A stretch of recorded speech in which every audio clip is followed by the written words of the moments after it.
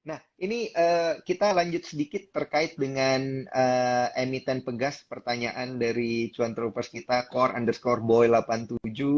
Ada keterkaitan nggak katanya hubungannya dengan raja gitu? Kalau emang ada potensi raja gimana? Oke. Oke, baik. Jadi kan kalau kita lihat ya rata-rata saham migas ya, minyak dan gas itu yang memang lagi diaktifkan sama big player. Mm-mm. Contohnya ya Pegas, Raja, NRG, ya kan, eh, dan beberapa saham lainnya lah ya teman-teman boleh lihat. Mm-mm. Nah, saham-saham migas seperti ini, pastikan ya kembali lagi jangan pilih yang saham-saham yang tanda tanya ya, artinya tidak tahu Mm-mm. kejelasannya seperti apa, Mm-mm. pertumbuhannya nggak jelas. Tetapi teman-teman, kalau ditanya apakah hubungannya ada, paling hubungan lebih ke sektor ya. Sektornya sama, Mm-mm. sentimen jadi sama. Kalau ada terjadi kenaikan harga natural gas, ya sentimennya berarti sama. Jadi teman-teman kalau satu dinaikin ya rata-rata dinaikin semua. Nah kalau ditanya apakah hubungan dengan raja, sebenarnya saya tidak tahu big player yang mainin Pegas dan Raja itu sama atau tidak. Definitely kelihatannya sih berbeda. Tetapi kalau untuk Raja, teman-teman bisa lihat langsung kok di broker sahamnya jelas banget siapa pemainnya. Tinggal ikutin dia saja, perhatikan average price-nya. Jangan terlalu jauh dengan average price yang nyetir, teman-teman masih bisa cuan. Mm. Asal jangan FOMO Oke, ya. oke, oke. Itu kayaknya yang paling susah tuh untuk dikendaliin itu, Bro Albert. FOMO-nya Yes, ini, ya. FOMO-nya karena kalau udah lihat volume tinggi gitu ya dan lain sebagainya kita biasa udah kalap duluan gitu kan. Nah, ini Ya, ada betul. pertanyaan Benar. pertanyaan menarik nih, Bro Albert. Tools analisis saham katanya yang talk share deh soalnya ini tools analisis pertanyaannya panjang banget nih dari Iputu Tirtawibawa.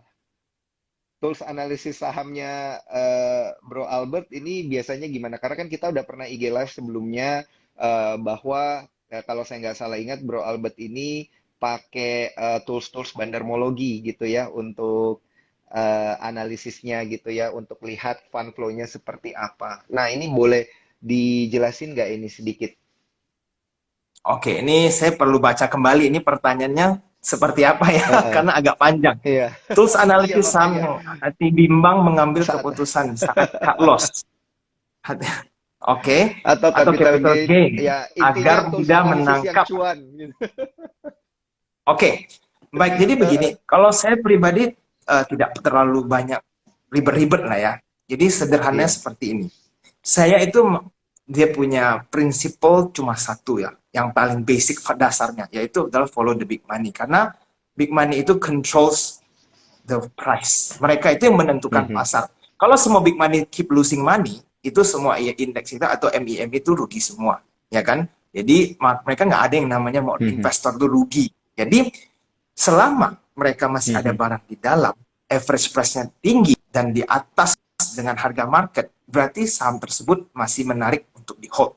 Walaupun misalkan contoh teman-teman ada yang beli harganya agak tinggi nih, ya kan? Dia turun, Mhm. mungkin dari segi floating secara psikologi terganggu. Waduh, ini saya tidak beli di pucuk bawah.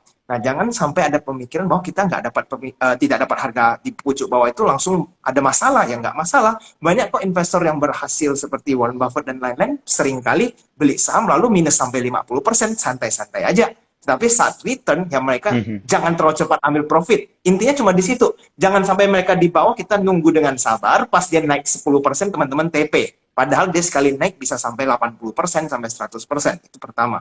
Nah, jadi kapan saat kita mau melakukan cut loss? Itu pada saat big player bubar. Sesimpel itu. Artinya Mhm. kalau kita lihat ini nggak ada yang nyetir saham ini, isinya retail semua atau terbagi dengan retail. Mhm. Ini siapa yang mau naikin sahamnya? Nggak mungkin ada yang mau. Mhm. Siapa yang mau meng-HK Mhm. ke atas ibaratnya? Karena kalau saya barangnya sedikit, saya maksain buat HK, yang untung bukan saya, karena barang saya sedikit. Malah yang untung orang yang pegang banyak. Ya kan? Biasanya yang megang banyak ini yang mau HK sahamnya, karena kepentingan dia untuk exit lebih besar. Nah, jadi Mhm. simpelnya adalah kalau average price-nya sudah terlihat, kita sudah tahu ya big player di mana, itu menjadi base kita untuk entry ya. Jadi jangan terlalu jauh dari average price yang nyetir. Nah, kapan untuk exit? Pada saat mereka mau bubar, exit saja. Karena kalau Mhm. semakin habis ya artinya barang mereka semakin menipis, kepentingan mereka untuk menaikin sudah semakin kecil. Ya kan toh saya sudah berhasil keluar. Karena kan kalau kita Mhm. misalkan buy berapa, udah sell berapa, berarti kan lot kita sudah sedikit. Nah, kalau lot saya sudah sedikit, apa kepentingan saya buat naikin sahamnya, udah nggak ada, mending saya pilih saham lain. Nah, teman-teman lain yang mungkin retail-retail yang sangkut di pucuk, itu kan yang baru masuk ibaratnya, itulah yang akan uh, resikonya jadi semakin besar. Nah, jadi ya itu mungkin dari saya ya, artinya kapan untuk cut loss pada saat big player sudah bubar dan kita nggak ada alasan lagi untuk di dalam. Begitu juga untuk profit taking. Kalau kita sudah lihat mereka Mm-mm. naik terus dan mereka sudah tiba-tiba habis barangnya di haki begitu, ya kita ikutan Mm-mm. bubar karena mereka sudah habis. Oke, oke, oke, oke. Dan untuk detail terkait dengan teknis gimana cara melihatnya ini bisa bergabung ya dengan timnya Bro Albert ya di AG Invest ya. Yes. Jadi teman-teman Mm-mm. nanti kalau udah ikutan ya, kan mungkin banyak Mhm. bertanya nanti kalau seiring saya jelasin, teman-teman akan semakin paham cara berpikir melihat dari sudut Mhm. pandang broker summary. Ya artinya Mhm. bukan kita analisa sampai setiap hari bagaimana, tapi lebih kayak how the big player behave. Kalau kita sudah ngerti cara mereka bermain, nah jadi kita hold sebuah saham itu lebih tenang karena kita tahu sih sebenarnya apa yang mau kita lakukan saat hold sebuah saham gitu. Oke, oke, oke, oke. Bisa lewat IG-nya AG Invest bertanyanya ya, dan juga mungkin via DM Yes, boleh bisa nanti gitu. langsung di DM saja kalau ada yang ingin melakukan Heeh. pertanyaan, bebas. Heeh, heeh. Jadi dapat nih view-view secara detailnya seperti apa, bahkan masukan-masukan menarik dari grupnya Bro Albert ini ya, tentunya di AG Invest. Dan jangan lupa screenshot Instagram Live kita pada malam hari ini, tag ke Sukor Sekuritas dan juga ke AG Invest, ke Instagram pribadi saya dan juga Instagramnya Bro Albert juga boleh gitu ya, supaya semakin rame untuk mendapatkan buku Merdeka Finansial dengan Investasi Saham secara cuma-cuma karangan CEO dari Sukor Sekuritas Bernardus Wijaya. Oke. Kita lanjut lagi nih ke Boleh. pertanyaan masih terkait juga tentunya dengan suku bunga naik dan apakah IHSG jadi semakin menarik gitu ya. Nah, arahnya ini kan ke emiten-emiten yang mengekspor berarti bisa menang ini ya, emiten-emiten yang mengekspor karena kan kita lihat nilai tukar rupiah juga ya masih kita bilang juga cukup melemah dari awal tahun gitu ya. Jadi orang-orang yang mengekspor tentu mendapatkan rupiah lebih banyak nantinya ketika di kurs balik gitu dan juga harga komoditasnya naik. Nah, ini apakah berarti emiten-emiten yang terlalu banyak impor itu mending kita oke bye-bye gitu, hindari dulu gitu, kurangi porsinya. Ya, jadi kalau kita lihat momentum seperti ini rupiah dengan harga sekarang ya, artinya Mm-mm, justru perusahaan-perusahaan ekspor kan diuntungkan dan perusahaan ekspor itu ada mm-mm, banyak. Nah, menurut saya tidak ada alasan untuk kita terlalu fokus ke perusahaan-perusahaan yang terlalu banyak import, ya kan? Karena kita tidak mm, menggunakan momentum yang baik untuk benefit ke kita. Jadi kan teman-teman nih lihat nih, ya.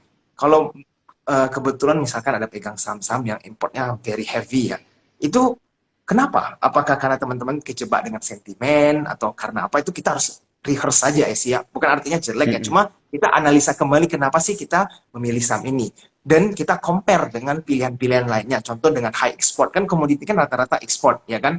Nah, itu teman-teman lihat mhm, apakah masih lebih menarik untuk pilih yang import. Kalau memang yang ekspor lebih menarik, ya teman-teman bisa gunakan momen ini untuk switching. Nah, tadi membahas tentang kenaikan suku bunga ya. Harapannya kan sebenarnya pada saat BI rate mulai naikin suku bunga, ya rupiah itu membaik ya. Karena kan kemarin kan mhm. Amerika udah terus-terusan naik, kita ketinggalan lah ya ibaratnya kan. Harusnya inflasi kita sudah tinggi, kita sudah mulai naikin, tapi kita nunda-nunda-nunda lama banget sampai barulah kemarin naik. Nah sekarang pada saat BI naikin suku bunga, tetapi tidak terlihat dampak signifikan terhadap rupiah ya. Nah, belum lagi Mhm, nanti kalau misalkan pada saat US naikin suku bunga ya, kita nggak tahu sampai akhir tahun kalau dia naiknya signifikan terus 75, 50 atau seterusnya.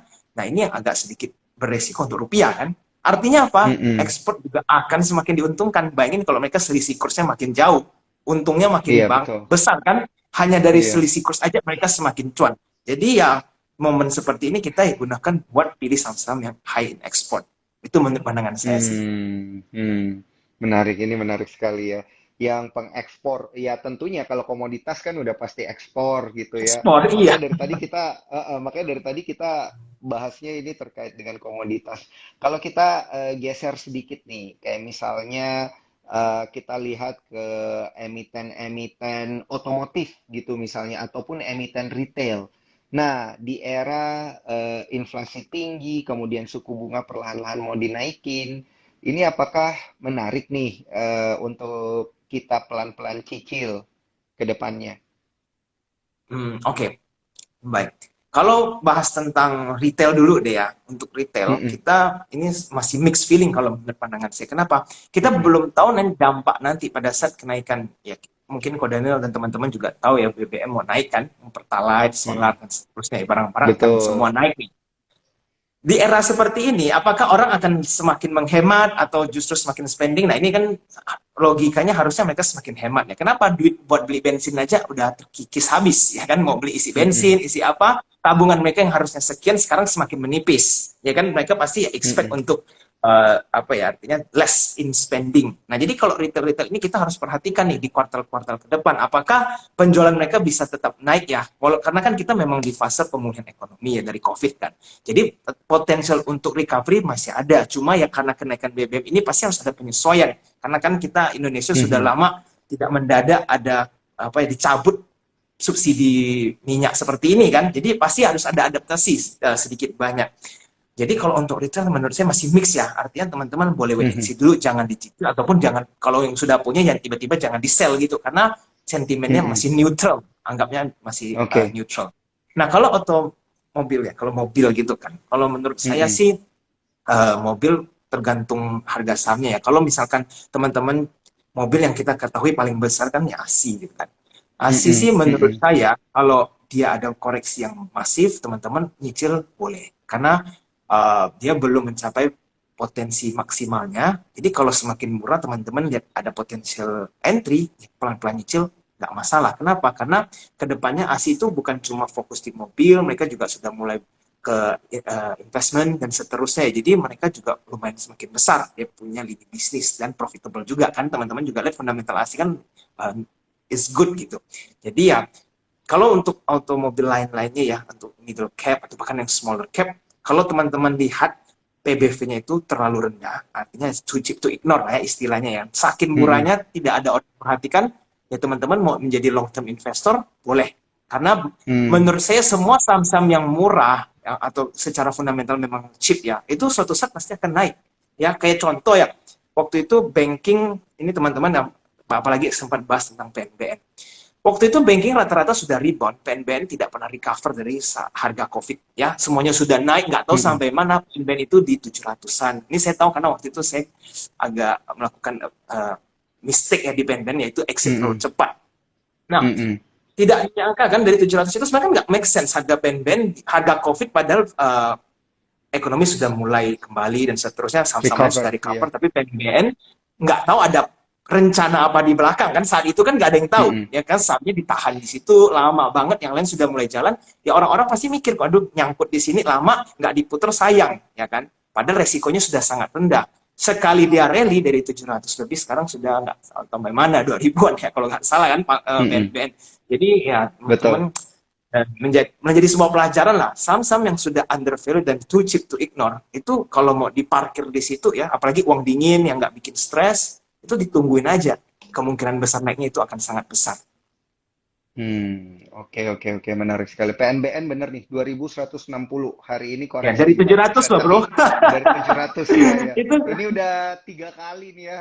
Udah berapa kali beggar ini berarti kalau belinya dari 700. lama Oke, kan coba bisa dan dilihat itu dia iya, sideways dari harga COVID itu lama banget jadi sebenarnya heeh, teman-teman ada kesempatan masuk itu bisa berbulan-bulan dan dapatin mhm, beggar ya kan karena ya mhm. ibaratnya itu tadi very cheap saham. Oke, oke, oke. Nah, ini dan ada Pak Bernard juga yang sudah bergabung di sini. Halo, selamat malam, Pak. Malam Di Pak menit-menit Benar. terakhir, di menit-menit terakhir kita nih, saya mau tanya satu pertanyaan terakhir karena ini mungkin juga pasti ditanyakan oleh cuan troopers kita. Karena tadi kan kita bahasnya komoditas gitu ya. Komoditas itu diuntungkan kenaikan harga, kemudian karena dia ekspor dan lain sebagainya.